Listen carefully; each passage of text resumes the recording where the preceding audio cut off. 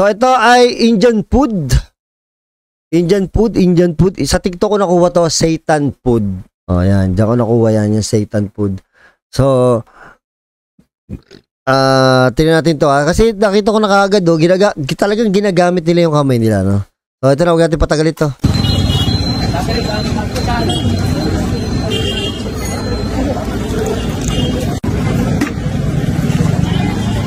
Hindi ko alam kung ano ito ha.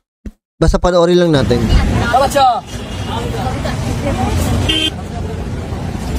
Akala ko nung una, hugasan ng kamay. O akala ko talaga hugasan ng kamay. Kasi parang hinuhugasan niya yung kamay niya.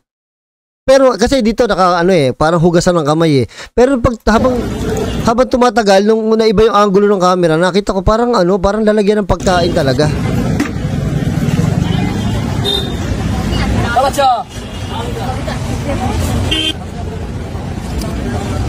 Ano yun? Ano yun? Parang sili? Asin. Dami asin mo. Ano yun? Asukal? Kulay itim? Pepper?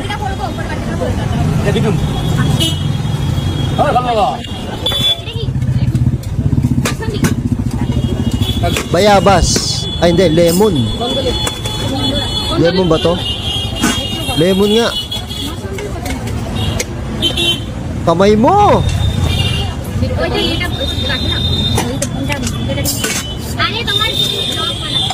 Yun! Ay, piniga. Puta.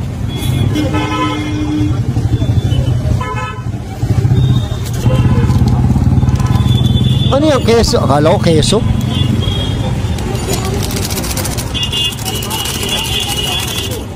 Di ko alam kung ano to ah. Pero pili ko parang juice.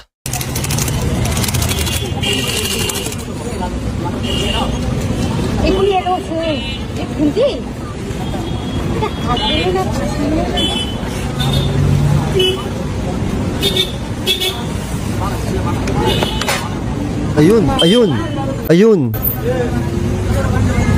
Ang kulit talaga, boy. Ang kulit talaga nila. Ako, iinumin ko yan. Hindi ako maarte eh. Oh, kahit sa pagkain ko nahulog o kinakain ko naman eh. Pero kasi, tinan nyo mabuti ah. Tinan nyo, diba? Piniganan niya lahat dyan. Dinaw-daw na niya yung kamay niya. Kanina ba, teka lang ha, 12:125, kanina ba, may bracelet pala siya. May bracelet pa siya. Dinaw-daw niya. Oh, dumadaw-daw pati bracelet pala. Okay, sige. Oh, dumadaw-daw yung bracelet ha. Tapos ito papakita ko sa inyo ha. Oh, diba? Yung sandok nakalapag doon sa lamesa. Ito pa isa, oh. Nilinis niya yung paligid. Di ba? Okay na yun eh. Sige, nilinis mo yung paligid. Okay na ako doon ha. Nilinis niya yung paligid. Kaya lang, ito, tinan nyo. Oh. Oh, nakita nyo, nilinis niya yung paligid. Tapos basa yung kamay niya. Doon pa rin niya winisik yung kaya lang nila style nila yan, kultura nila yan eh. Tanggap nila talaga yan. So dito sa atin siguro yung iba hindi. Pero ako gusto ko siyang matikman, pero siguro pag natikman ko siya ng isang beses, okay na ako. Na-curious lang ako. Doon ako na winisik pa niya talaga eh. Nilinis na niya, winisik pa niya.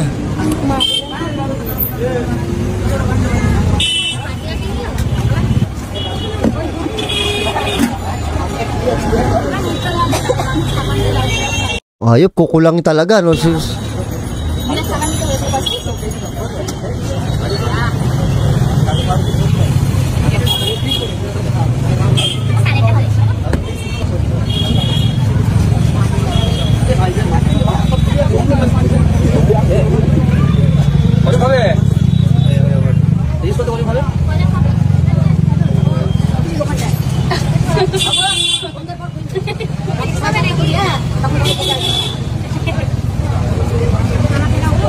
Talaga kuko eh, no? Ayan na. Ito kasi parang mashed potato eh. So usually talaga pag mashed potato, actually sa mga restaurant siguro ganyan din yan eh. 'Di ba? Mashed potato nga eh, di lamas talaga.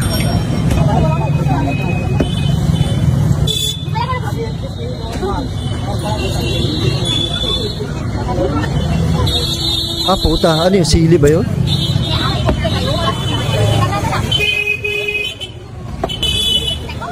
Eto na, eto na. Hindi ko alam kung ano gagawin dito sa juice na to eh.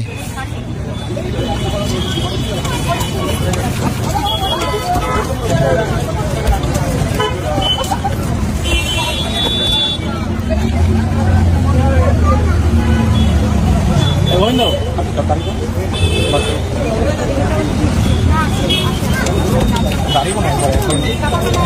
Iniintay ko kung saan niya hinahawak pa yung kamay niya eh. So, titignan ko kung saan eh.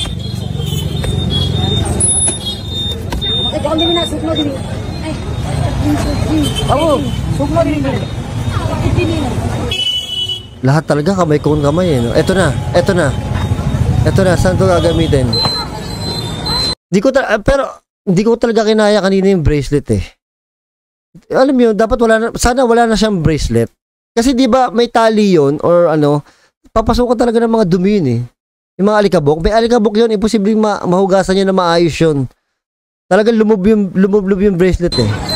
Pero dami pa rin bibili oh. Ah, okay. Alam ko na to. Nakakain na ako nito. Pero sa biryani na kainan. Nakalimutan ko lang yung tawag. Pero nakakain. Yun pala yun. Ayun. Bali wala sa kanila talaga eh. Oo, okay na talaga sa kanila yan eh.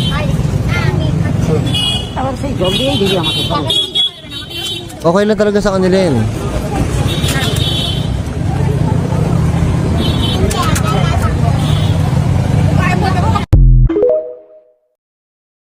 Hindi ko kinaya yung, kaya kong tikman yon.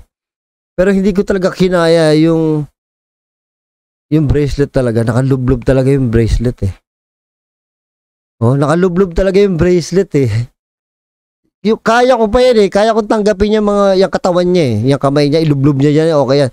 Hindi ko kinaya yung bracelet eh. Ba't kailangan may bracelet pa siya? Siguro nandun ang sikreto.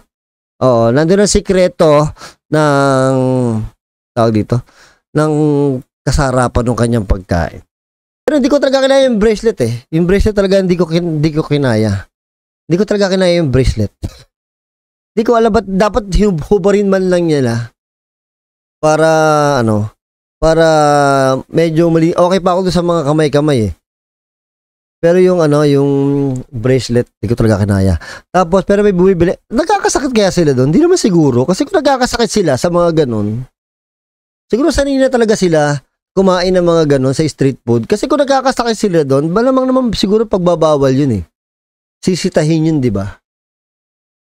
Kung may magkakasakit. So, pili ko naman wala eh. Siguro hindi lang talaga maaarte sila. Hindi sila mga madiriin. Hindi sila maarte. Or siguro talagang malinis. Pati yung bracelet, sobrang linis. Diba? So, or sobrang sarap talaga ng pagkain nila. Actually, nakatikim na ako ng ganung pagkain. Nakalimutan ko lang ang tawag. Pero, masarap. Oo, masarap yun. Nakakain na kami. Nagbukbang na kami ni Boss Bino nun. Oo, masarap siya. Diba? Ang dami ko nakikita ng ganun eh. Saka hindi nila inaalis yung ganun style. Piling ko dun sila sumisikat eh. Kasi million views. Yan, sa Facebook, sa TikTok, sa YouTube, lahat-lahat. Ang dami nagbablog ng ganyan. So, siguro, style na nila yun. Hindi na nila babaguhin yun. Kumikita naman sila, di tuloy-tuloy lang, di ba? Sabi ni Nikki H0, di rin naman ako maarte, pero wag na lang. Eh, wala tayong magagawa. Di ba? Ako, titikman ko lang yun ng isang beses kasi curious ako sa lasa. Pero siguro, hindi na ako uulit. Yung bracelet talaga ang hindi ko kinaya doon. Oo. I mean, kaya ko pero hindi ko maisip.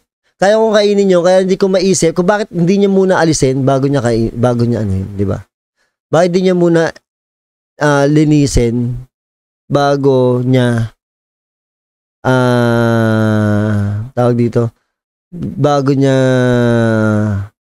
siya magtinda or bago niya gawin yung pagkain niya. Dapat alisin na lang niya, di ba?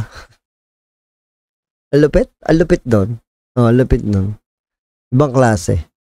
O, dati kasi ganyan, nag-ano na rin ako niyan eh. Dati nagre-reaction na ako niyan. O, tinigil ko lang. Actually, naisip ko na yun sa FB. Naunahan tuloy ako ni Mr. Nobody.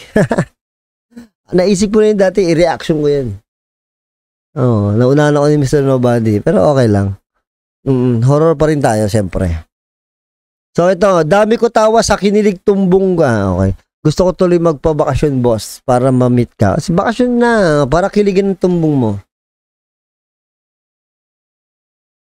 Saka di daw talaga sila educate sa food preparation, sa sanitation, sa kahirapan.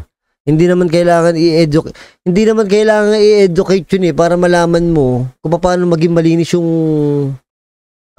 pagkain 'Di ba? 'Di ba?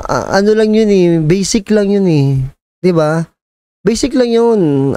Madali lang malaman paano maging malinis sa pagkain 'Di ba? Alam mo naman kung saan magiging madumi yun Imposible hindi niya alam yun. Hindi lang talaga hindi nila inaalis yung style na ganun kasi nga siguro doon sila sumisikat at yun yung kultura nila.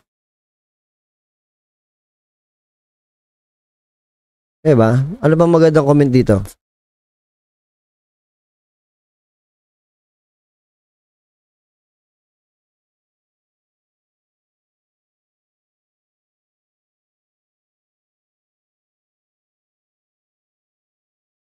Taong bakal talaga tiyan nila, hindi sila nagkakasakit, no?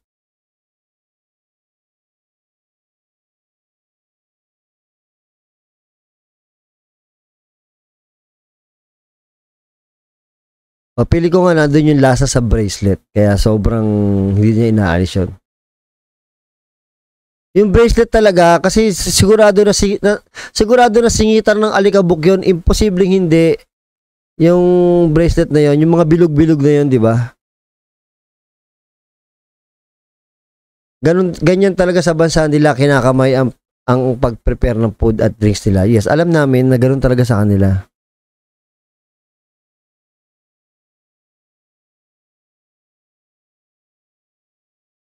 Oh, 'di ba? So, 'yun lang.